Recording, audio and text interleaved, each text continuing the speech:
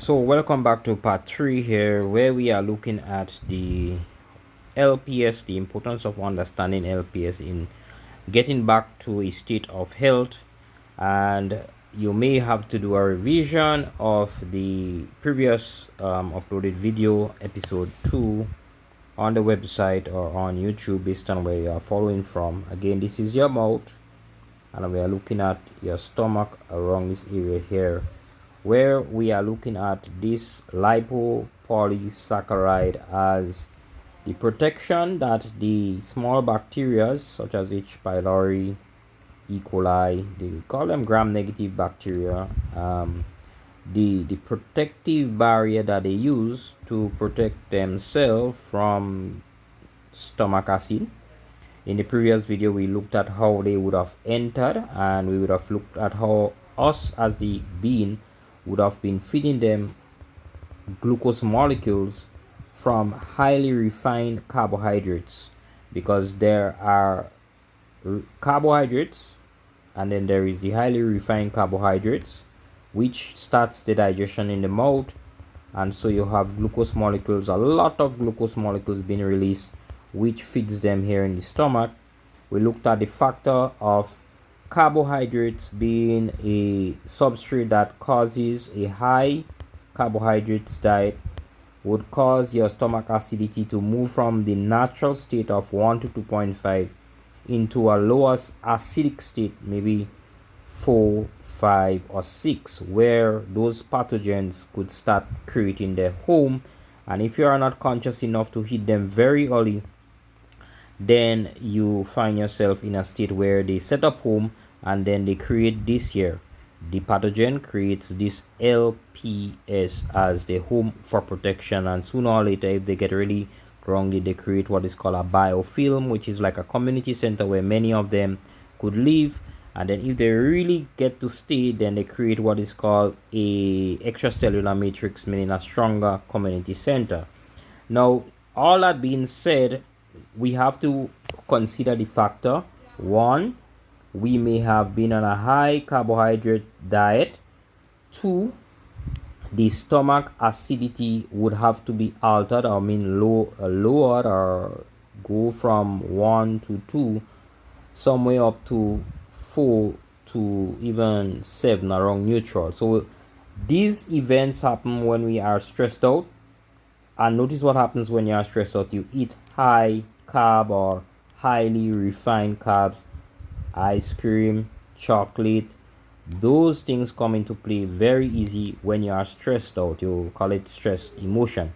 And then if you continue that for a period of time, let's, according to research, 6 to 7 days on these kind of refined carbs, you are lowering the pH from about 1 to 2.5 to maybe 4, 5, or 6, and that is when microbes come in and survive. Remember the rule of law: microbes are always coming in, but the stomach acid is protecting you at all times. That's why we need the stomach acid to be that way. One of the wonderful design is to protect us. That stomach acid is killing microbes because it's good. Now, when we go through these stressful events in our life and we consume these high carbohydrate, refined carbohydrates, specifically refined carbohydrate, which release the glucose in the mouth and provide enough glucose here, we have created the conducive environment: one, for them to come in and not to be killed, and two, for them to actually eat this refined carbohydrate, refined glucose, because the glucose is already released from your mouth and it's coming down from the carbohydrates. Now, in this section of the discussion, what we are looking at here is a point where what happens when we have LPS inside the gut itself. So first of all, we want to look at the gut layer. This is the gut layer. You have a setup or a shop that is set up by H. pylori. Let's say bacteria H. pylori. I'll put a green for H. pylori here. So we call this little shop here the LPS/biofilm. They invite other bacteria because they all know that they cannot survive the acidic stomach, which is all over here is acidic stomach. So let's assume that your stomach is becoming acidic again, 1 to 2.5. So they would set up this little barrier, invite other bacteria, and at that time your stomach becomes acidic. They don't die. If there are those outside here, they start dying off. But those inside this little biofilm here, they don't die because the biofilm is actually doing what it's supposed to do. It's a protection for them. Now, what happens when we get the immune system engaged in this practice? Well, the immune system comes in as a big bad guy. So here we have this structure that we need to understand: the risk in treating the LPS and the microbes, which is, whatever you call it, bacteria, fungus, virus. We need to know that is what we would have caused, and when we are treating, we are not thinking about just the antifungal or the antibacterial or whatever herbal whatever we are using. We are thinking three lanes actually. So our thinking process has to go to 3 lanes. Lane 1, we're dealing with the bacteria itself or the fungus or the microbe. Lane 2, we cannot be feeding them the glucose, so that's where we have to be conscious about the refined carbs. And lane 3, we have to think LPS, breaking down of LPS. Now this is where we need to take a strategic look, ensure we have that with our doctors, and move forward with it. So this is the summary of video 2. We then now look at video 3, which is duodenum. This is this part of the small intestine, the challenges here with LPS, and I have to put in 2 things here, which would be yellow for pancreas. So pancreas comes here. As we know, pancreas solves the liver. That's liver. That's pancreas. And then we have green bile. That's the bile, bringing it from there into the duodenum. So here. So we're going to look at this now into this video. So let me just start over this one. So let's look first at gallbladder. So the liver would dump its waste, and I would call it waste. It's a functional waste, but let's call it liver dumps its waste in this direction. Gallbladder has to be squeezed, so it has to actually consciously be squeezed, and that is why we have to understand, if we do not squeeze the gallbladder, then the waste is just piling up here in the gallbladder, which causes another set of issues when we speak about gallstone and stuff like that. And we'll speak about the consciousness in squeezing the gallbladder. So we are looking at this piece here of the top of the small intestine called the duodenum, which is where when things are squeezed from the gallbladder, it comes into here. Now this is a very thick part of the intestine, because it has what is called acidic food, acidic chyme, and we have an organ here called the pancreas that has to send, also connects to the gallbladder. So it's 2 flows. We have one from the gallbladder, we have one from the pancreas, joining into one line, and we have a nice flow that comes into here with base substances or alkaline substances from the pancreas and alkaline substances from the bile. So the bile is a little bit alkaline. This is a little bit, well, not a little bit, is basically very alkaline. They come together and they come down here with this acidic food, and they have a little boom explosion here with the acidic food. As you know, baking soda and vinegar explosion happens right here, and this is where we have the starting point of digestion, or the starting point of true molecules being released.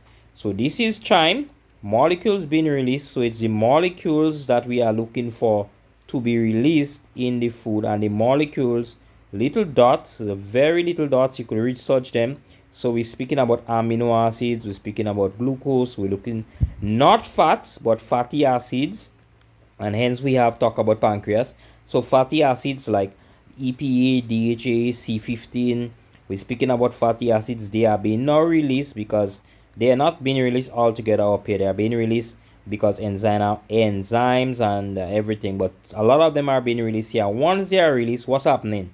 They are becoming molecules. So you do not eat food to get protein, you do not eat food to get carbohydrates, and you do not eat food to get fats. You eat food to get fatty acids, you eat food to get glucose, fructose, galactose, and you eat foods to get amino acids of many sorts. And that's this lesson which we would look at in the future if you do not have a very clear comprehensive idea of these little molecules. These are the things that travels in your small intestine. The small intestine has a suction power that sucks these molecules once they are in the atomic state. If they join up together, if they are joined together, like when I say joined together, I mean they cluster up. Let's say they cluster up like that. They cannot pass through the small intestine. So then more enzymatic activity brings them like one molecule, and then that one molecule gets sucked across the small intestine into this red thing here called the hepatic portal vein. There are some evidence that says you could get some, in a normal functioning human, you could get some what they call dipeptides, where two could actually go across, or tripeptides like with collagen powder. Some evidence, but the truth is one amino acid goes across, one glucose goes across, one fructose goes across, passing through the small intestine. These molecules, single molecules, you cannot see them with your eyes, they are invisible.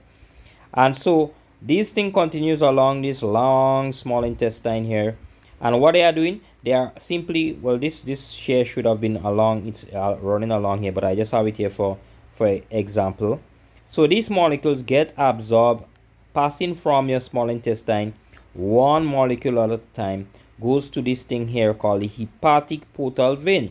Now the hepatic portal vein is a blood system along the small intestine. Remember, all this is conceptual, that's not no science, this is just my story. And these little molecules go up into the hepatic portal vein one molecule at a time, and they go to the liver. They all have to go to the liver. They go to the liver, including fatty acids. The problem with the truth with fatty acids, once they pass through here, they don't have to get no checks and balance by the liver, so they go directly into the blood. So let's say the fatty acids are the ones in yellow. They don't really stick around here to get any methylation or any check by the blood. They go directly into the blood to be used by the cells. But everybody else has to get checked by the liver. So the amino acids, the fructose, the glucose, the liver has to make a determination. What should I do with these guys? What should I do with guys? So here comes some kind of substance that doesn't look as anything that the liver thinks that the body needs, but it came in the same pathway, and you might call it an abundance of mercury because maybe it's something with mercury, or you call it BPA, some element from BPA because you eat plastics. And don't apologize, we are eating those things, that's fine. And so we eat those things, and they're coming up to the liver, and the liver says, you see these guys, I need to get rid of them. Now the problem here, or the challenge here for you, is that you don't understand, or you don't accept. The liver knows exactly what to do with this. The liver says, I don't want you in. You're not good for anything inside the body at this point in time. So what I will do, I would dump you into the bile. So the liver is going to dump this into the bile. But the liver stops and says, I would not dump you into the bile because you would damage the bile ducts. So what I would do, I would go and take you and bubble wrap you into a safe way. This one has to be bubble wrapped in a safe way to be dumped into the bile ducts. And that safe way is called an anti-nutrient. So just as how we have anti-nutrient coming in, so to get back out, we need anti-nutrient. And this anti-nutrient here has to be actual nutrients that would be used as a safeguard to enclose a pore, something like mercury.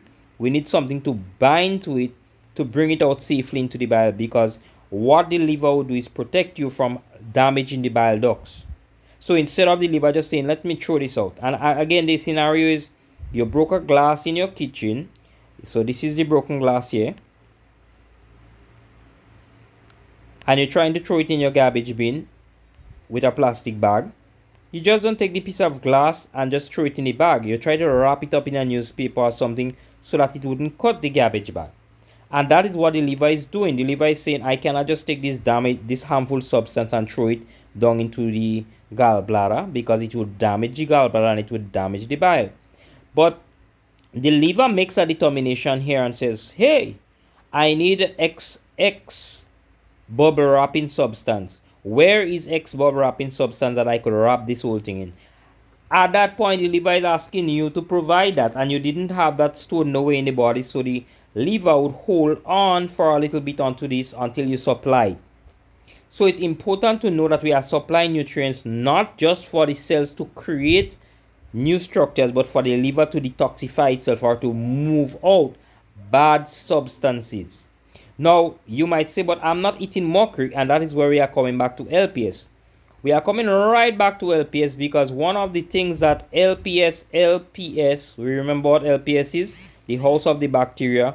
When you try to kill LPS, you break down LPS, we find ourselves with some particles from the bacteria that could be proteins, lipoproteins. We find ourselves with other funny structures and substances that the bacteria bodies, after they die or they break down, right here in the duodenum.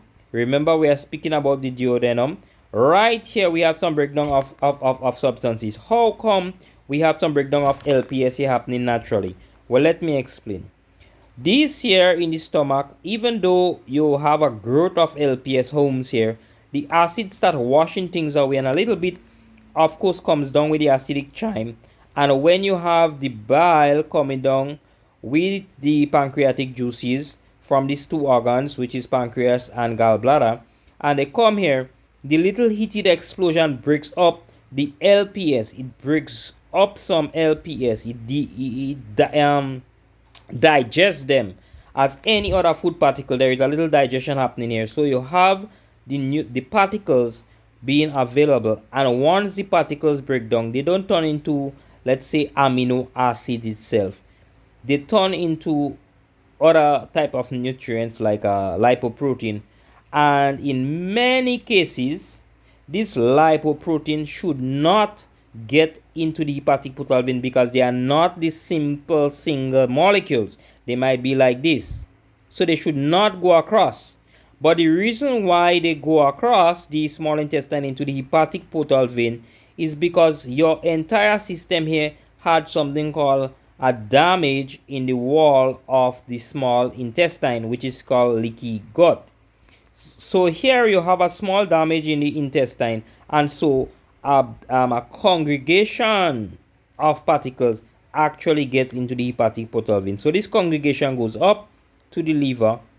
As a congregation, the liver takes it out and needs to dump it into the gallbladder, and so it seeks all these other nutrients just to detox, what we say, to detoxify, to dump it back out there. But the liver would not dump it back into the gallbladder in its raw format. The liver would bubble wrap it and take it out to send it to the gallbladder in a non-harmful format, so that it could actually go back down into the duodenum and then pass out as waste in your feces, making its way right down to the colon down here and then out into the stools. So this is the process where LPS itself, when it is broken down, becomes a challenge even for your liver. So it comes from the gut, but it goes up to the liver, and the liver becomes the one that has to deal with LPS long term, because you had LPS so long that you develop leaky gut. You might say, well, how I develop leaky gut from LPS? Simply put, the bacterias, when you do not have strong acid, and the bacteria travel even beyond here, and you might say, but and you just said gallbladder and pancreas is making bile, and the bile is exploding with the acid. That is true, but when we look at the high carbohydrates diet, we have to go back now and ask ourselves, what have we done as human beings with high carbohydrates diet? Well, we have done something called eating high carbohydrates diet, which causes low stomach acid. And low stomach acid means might be low fats in the diet, because we are eating the bread-based diet only.